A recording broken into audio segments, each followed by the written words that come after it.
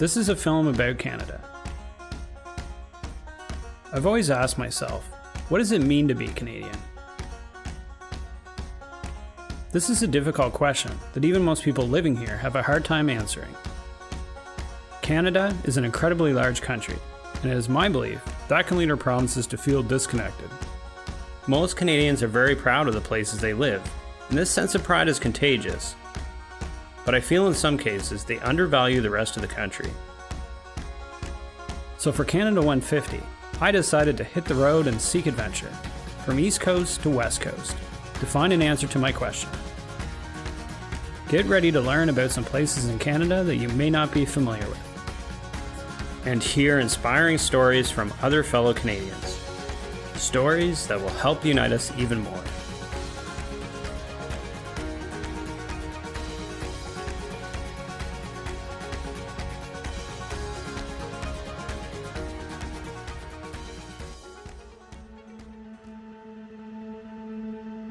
I started my journey in Cape Spear, just outside of St. John's.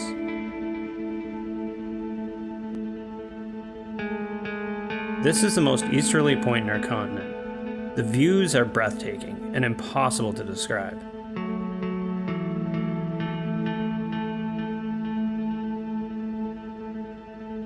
To learn about the culture and traditions, I spoke with Laurie McCarthy.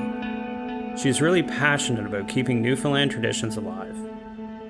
I really want to expose people to age-old traditions here in Newfoundland, whether that's boil-ups on the beach or berry picking in the woods, and it's really all about passing on our cultural food.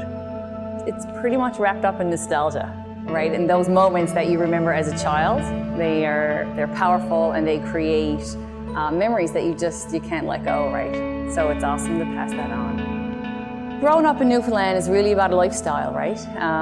You know, you don't come here for the weather. No one settled here, right, for a very long time because the life was harsh here.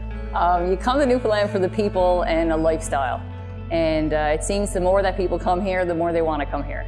And they want to be a part of, you know, I call it a magic lifestyle.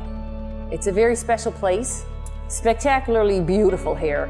From the beaches to the coastlines, we've got some beautiful areas to go and see. And every time you stand on the edge of a cliff and you look out there, I mean, it's about as magical as a place gets.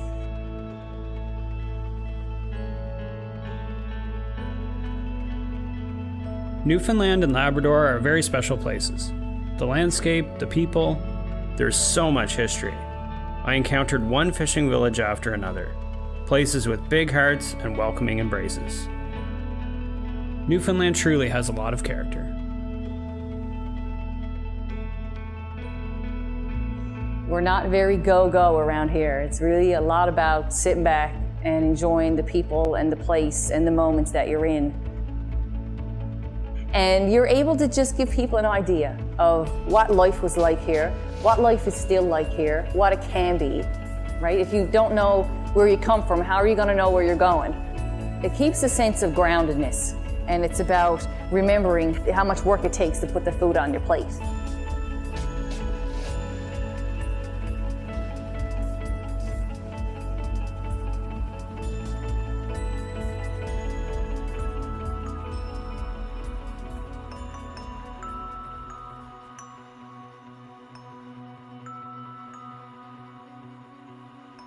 Grossmoor National Park is captivating. The most impressive thing about this park is its diversity. So many different types of terrain and features encapsulated in a relatively small geographical area. Within a 2-hour drive, you can go from one end of the park to the other. Grossmoor is home to one of the most unique landscapes in all of Canada. Here I met with 2 girls that are part of a tourist organization called Wild Women Expeditions. You really know that you're on a unique landscape. The tablelands in particular are really fascinating, and when you go there, you're just like, where did this come from? It's this big orange flat rock just there on the landscape, surrounded by mountains of green.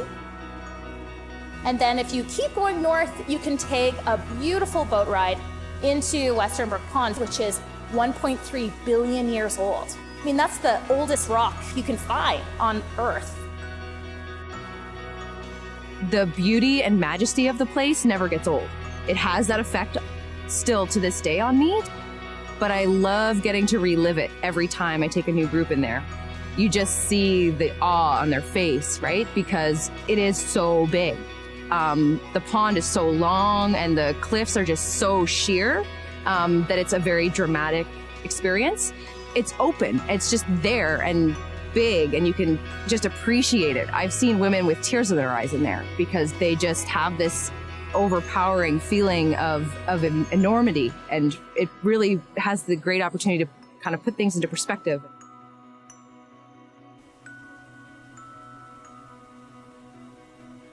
I just love how Gros Morne National Park as a whole hugs basically all these tiny little fishing communities.